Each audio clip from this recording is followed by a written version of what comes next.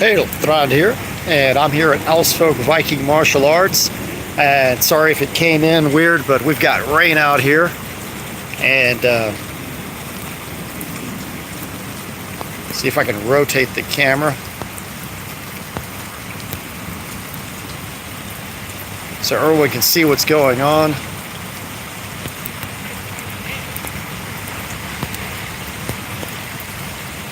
This is Asfolk right here. I'm going to be walking right in the front door. If this doesn't go well, we'll try to redo it possibly, and maybe delete this one. We'll see what's going on here. Looks like we've got Roland over here. He's working on something.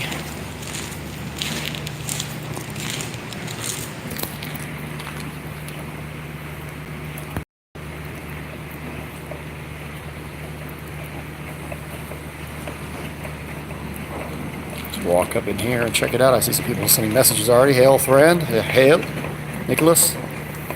Nicholas is very excited. We've got Roland working here on a shield handle. How's it coming along? That's great. Works nicely. So the idea is to create a central ridge so that as you grip it, you have something where you can place the thumb so you can control the weapon. So it's much like a hand weapon. So it's more like holding a handle of a hilt of a sword. You don't do this, you just hold it like a weapon. So. And that's the entire principle too. We're going to be doing some videos on that where he goes more in depth on how the shield works.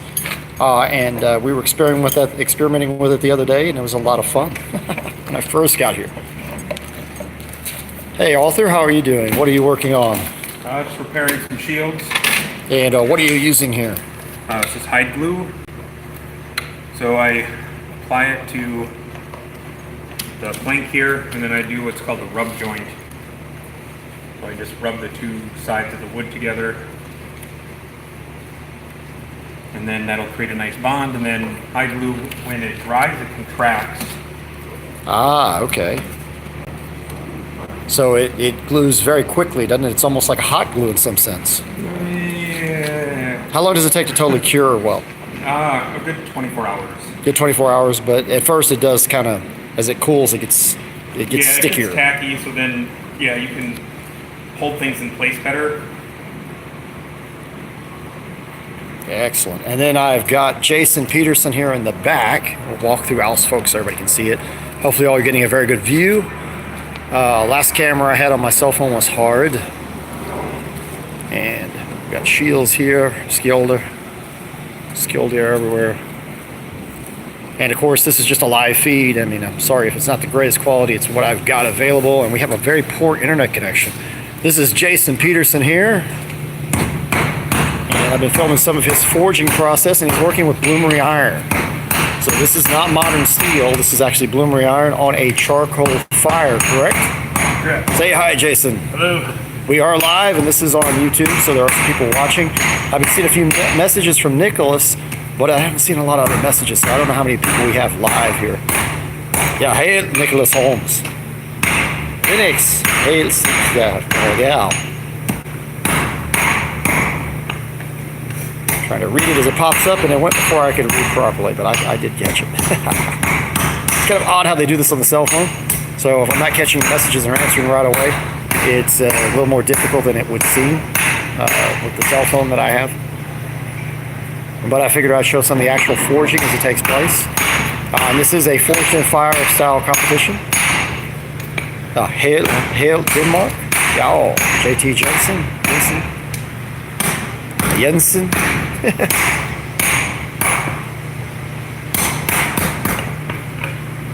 All right, he's going back to our forge back here, and what's going on is I had to help carry this beast.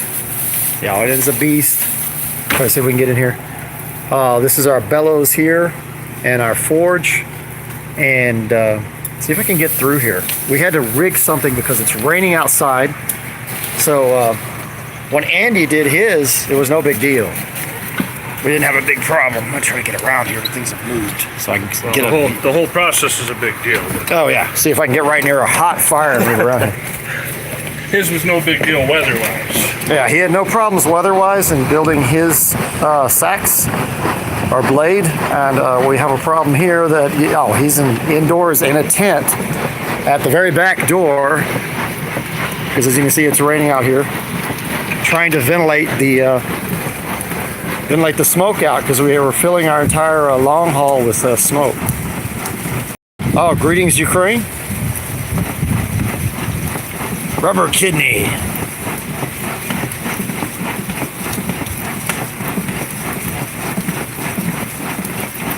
Yeah, it's been raining a bit. Ever since I got here, it started raining. I thought, oh, wow, Thor's happy I'm here, but the rain, I didn't think about the competition.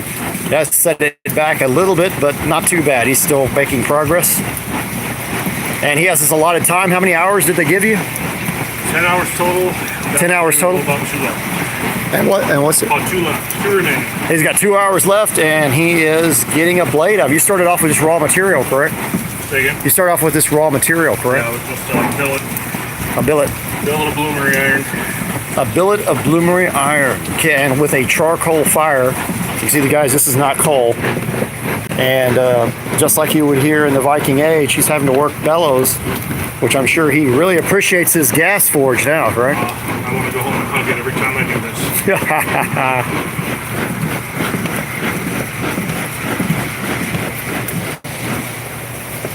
Oh, hey, Norway, yo. Greetings from Norway. We do have 18 viewers right now, and I'm sure this is going to go up after. This will be live afterwards, hopefully. I have accidentally done this before where he deletes it afterwards, and I apologize if that happens. I'll try to get some more live feeds out too.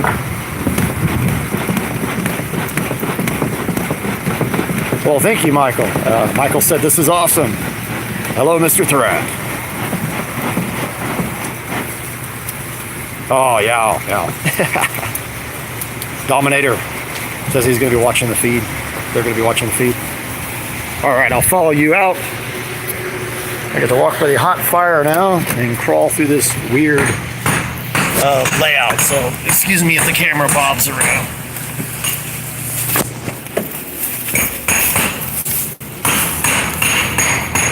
I took everybody out live and showed them what's going on. Author Cyril overseeing the process. He's been giving a little hints and information on it because he does know quite a bit about doing this process himself, correct?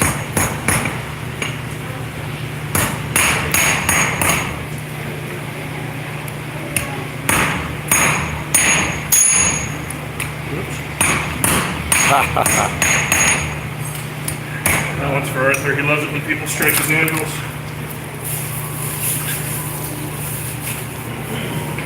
Somebody wants me to do a cameo in a historical film. I would love to. If it ever comes to my ability to do so and somebody offers me something, I would love to do it. To give you a little tour of the stuff. These are their practice wooden swords. I've got orcs or axes here. This is all training equipment here that we're looking at. And of course, your HEMA style mask. Because they do teach Roland's sword and shield style in the Viking Age, Viking sword and shield, and they also do a lot of that kind of thing. Roland even taught a buckler class from 133. He did that last week. This week he's doing old Viking Age sword and shield. Even that fire back there was started with actual flint and steel. They don't allow anybody to use lighters or cigarette lighters or matches or anything here.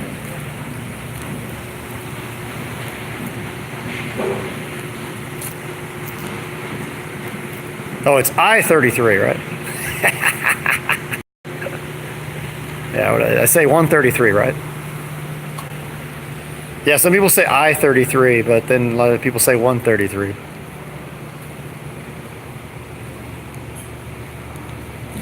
Got some nice swords on the table over here. I'm not mistaken, this is a new sword that Arms & Armor is going to be putting out. It's a blunt. Good Viking practice sword.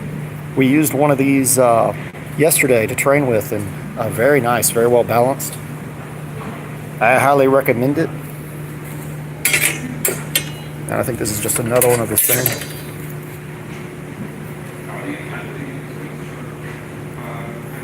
And you see it's got that really tight grip, like a Viking Age hilt. But obviously when you use it, you would let it move through the hand, so it's not a problem at all. Oh, thanks. They do. They have an excellent forging setup. Nice practice axe, little bearded axe. Long handle, of course. Works great with the scroll there, the round shells here. And they have a variety of training ones, so if you see some that don't look as historically accurate as other ones, some of them are just set up for training. Most all of them here are made of slats. Some are covered, some are not. Roland's working on a shield here. No, I'm not in Texas. I'm in Eagan, Minnesota. We had a crowdfunding project through Fundly, and some people sent money through PayPal, and I was able to afford a ticket to get up here. So I'm going to be up here for the week, till Saturday for sure, or maybe a little bit longer, we're not sure on that one, because I may try to see if I can change the flight back. But that'll be up to the gods there, because we don't know what the company I dealt with will allow, if they'll allow us to do that or not. Author has offered, though, to try to like extend the stay a little bit, and don't know how that's going to work out. As you see, this is a real Viking Age center boss here, the design. And what I mean by this is it's deeper than most. So this will allow you to actually use the center boss to move or manipulate the other shield easier. It's much deeper for the hand than it needs to be. Oh, you're clamping. He's using a clamp. He's going to clamp that together there and be out.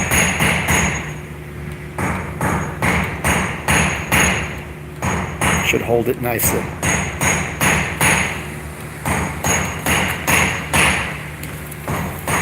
To give you a little detail of what the longhouse is like.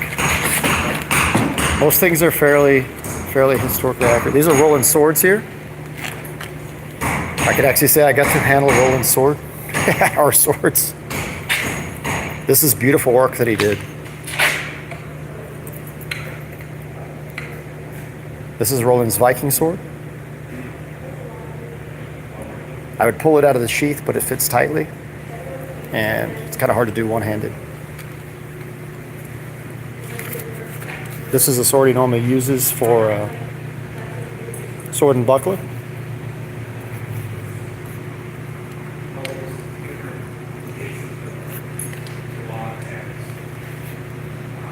You did all the hilt work yourself too, right? The leather wrap and everything? The hand grip, yes. Yes, he did the hand Yeah, grip. the hand grip. So that's wooden. That's a wooden hand grip. It's fairly delicate. And then around the hand grip, I glued some thong, right? And then I just used a leather strap. You see the edges of the leather strap meeting in between where it covers the thong, and just wound it around the handle. Oh, it's got an painted it. excellent grip. Yeah, and it makes for really nice handling characteristics of the sword. I would love to take a trip to Scandinavia. Somebody just asked that. Matter of fact, I was talking to Roland. Where is the one that you go to? Is it in Germany or the way we're talking about, or is it? Which one do you mean? Like the? Where you actually go, where the actual village is? Oh yeah. So one is in the south of Germany, southeast. That's the history park Bernau. It's close to the Czech border, and then the other one is Hedeby. That's a Viking settlement. The Hedeby? Yeah, that would be excellent. That would be the one I should probably go to. They'd probably enjoy that one the most.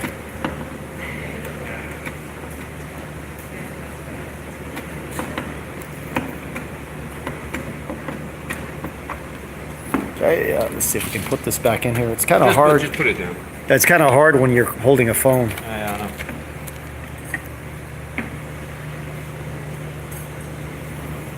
But we were examining stuff. Roland's buckler, of course. Beautiful buckler. And you just did that class last weekend, right? Yeah. That's a very old one. This is one of his older bucklers. I think he has you've changed up the handle on the back of some of the newer ones, right? Well, yeah, I did. I just carved off a little bit of the handle so I have a better grasp of the front.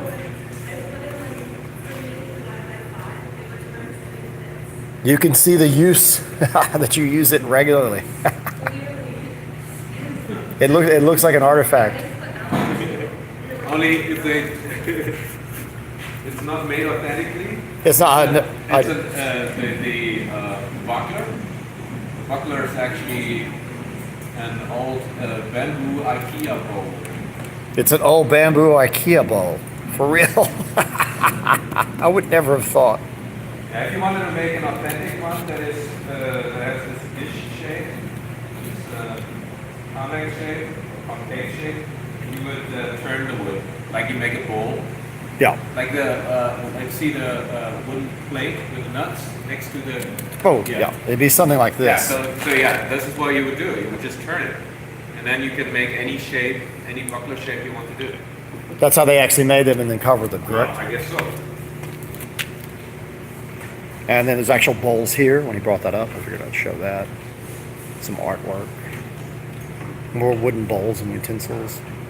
Turn shoes over there on the shelf. And your axe here, an interesting fact is I was trying to catch Arthur while he was actually working on this. But you were getting a new handle made because this one's taking some damage from training. Right? Yeah, we made an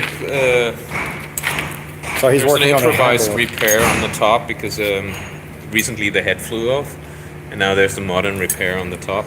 You see with some nails. If you look from the top, there's some nails in there, and we want to. Yeah, believe it or not, you put a nail in it. They had nails too. It wouldn't have been the same kind of nail, but they would have put one in there too if they had to. But the handle has seen a lot of service. A lot of damage. Hey, Teresa, how are you doing? She's running. She's live. Ah. They're not on. The cameras are not on, but you feel free to use them and film anything he's doing. Because I'm going to go over there and continue working. I was just doing a little live feed to everybody so they can see what's going on. This is a work table. Not everything's not completely authentic, but it's needed for what's done. Most of the tools here are authentic, though. You can tell by just looking at certain things that they use a lot of tools that are historically accurate to a lot of degrees. You know, like shaves, spoke shaves, planes. But that's the handle he's working on. He just stopped for a little bit. But what I'm thinking I shall do is I'll probably end the feed because we've been talking for a little bit here, and at least go back to doing what I'm doing. And as always, Farvel, if there's any last questions, you might want to throw them up real quick or anything you want to say. And I'm going to go ahead and finish the competition. And I think Iron Roland are going to dress up in a little bit, suit up, and put some kits on and go out there and do some blade work and stuff like that today.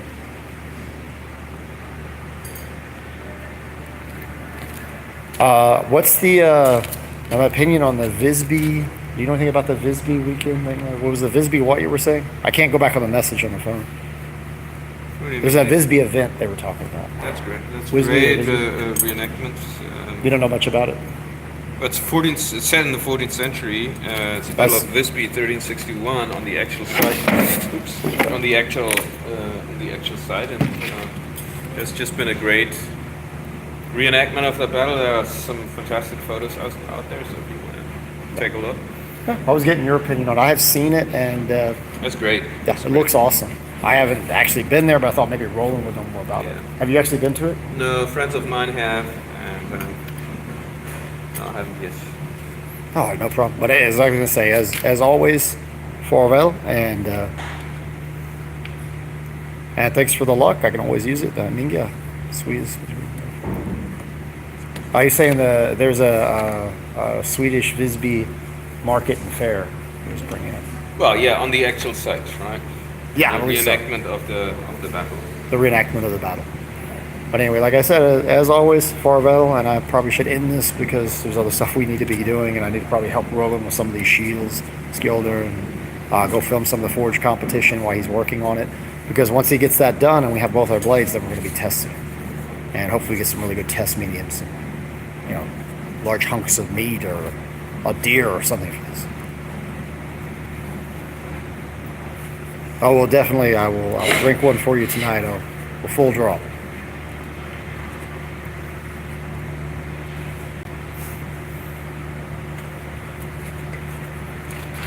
But, all right, got to go. Farewell. Now I've just got to figure out how to end this.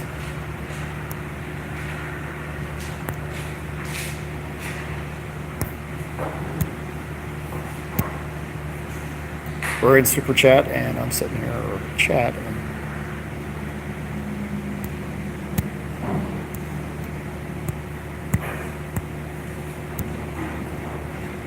Yes, I don't know how the phone works. I apologize.